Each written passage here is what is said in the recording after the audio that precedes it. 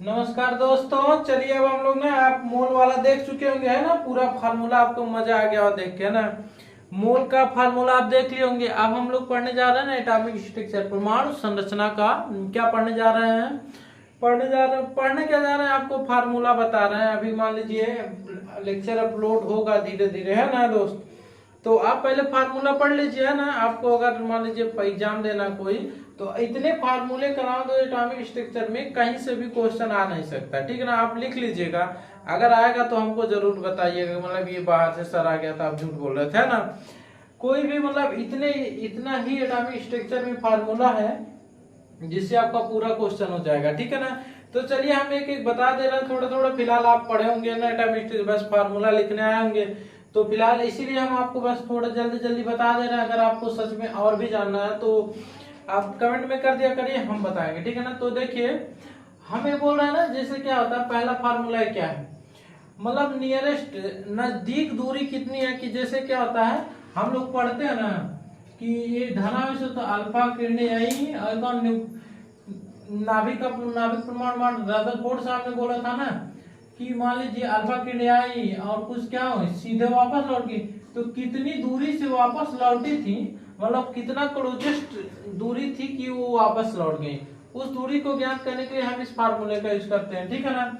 अब देखिए इसकी काइनेटिक एनर्जी आ रही है, अपने वेलोसिटी से आ रही है, और कौन किसकी वजह से आ रहा है, ये है ना। इसके पास क्या है, पोटेंशियल एनर्जी, तो half 1/4 Z D upon 2 Z D into 2 upon 4 r0 है। r0 है ना, रेडियस है, ये वाली रेडियस है, ठीक है ना। यही रेडियस हम लोग को ज्ञात करना रहता है। अब देखिए 2 इलेक्ट्रॉन किसके, देखिए इसके आवेश और इसके आवेश, ए भी पॉजिटिव और ए भी पॉजिटिव, तो दोनों के आवेश। तो इसका हम लोग न्यूक्लियस का जेड डी मान ले रहे हैं, और इसका कितना मान रहे हैं, 2 होता है, 2 इलेक्ट्रॉन ले लिया, ठीक ना।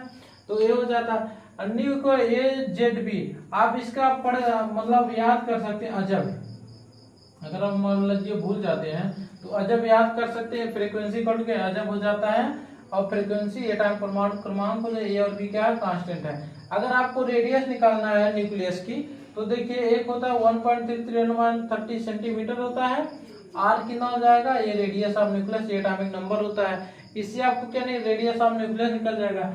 अब देखिए फोटॉन की ऊर्जा हम लोग को ज्ञात करना होता है, तो एक और इसमें नहीं लिखा गया ना, लिख दें आपको। एक होता है ना लेमडा इक्वल टू क्या, H upon P, de Broglie समीकरण होता है ना। Lambda equal to H upon P होता है। अब देखिए ई बराबर क्या होता है, एच न्यू होता है। एक फोटॉन के लिए एच न्यू, तो मान लीजिए 1 से 10 फोटॉन हो तो 10 से हो जाएगा एन फोटॉन, क्या एन एच न्यू हो जाएगा। और बी बराबर सी अपॉन लेमडा होता है, न्यू 1 अपॉन टी होता है। नंबर आप मतलब जो हाइड्रोजन स्पेक्ट्रम पढ़ते हैं ना, हाइड्रोजन स्पेक्ट्रम जो पढ़ते हैं वहां से जो इलेक्ट्रॉन जा रहा है उसके लिए नंबर ऑफ लाइन निकाला जाता है, ठीक है ना। n2 - n1 पे n2 - n1 प्लस 1/2 हो जाता है, ठीक है ना।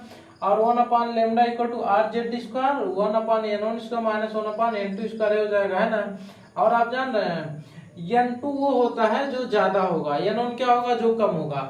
आप कभी भी यूज करिए, ऐसे यूज करिए, जो ज्यादा होगा n2 मान लीजिए, n1 क्या होगा, कम होगा, ठीक है ना।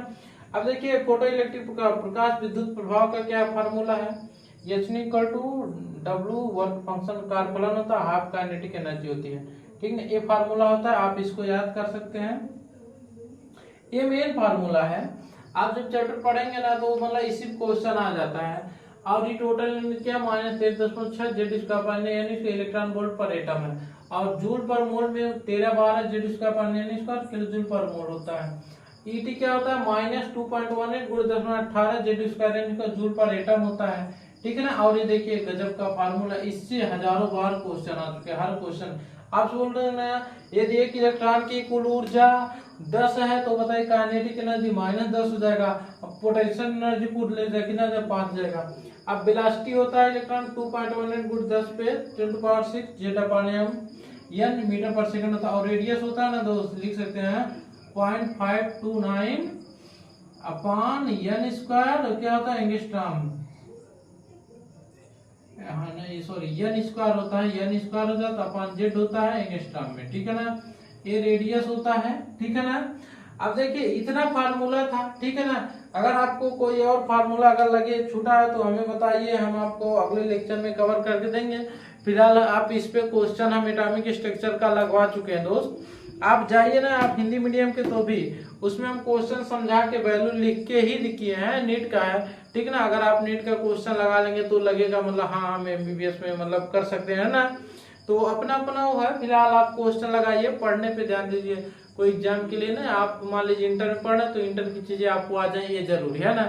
एग्जाम तो आप पास कर सकते हैं, ना कर सकते वो बात की बात है ना दोस्त। तो चलिए ठीक है, फिर अगले वीडियो में हम लोग मिलेंगे, ठीक है ना, चलिए।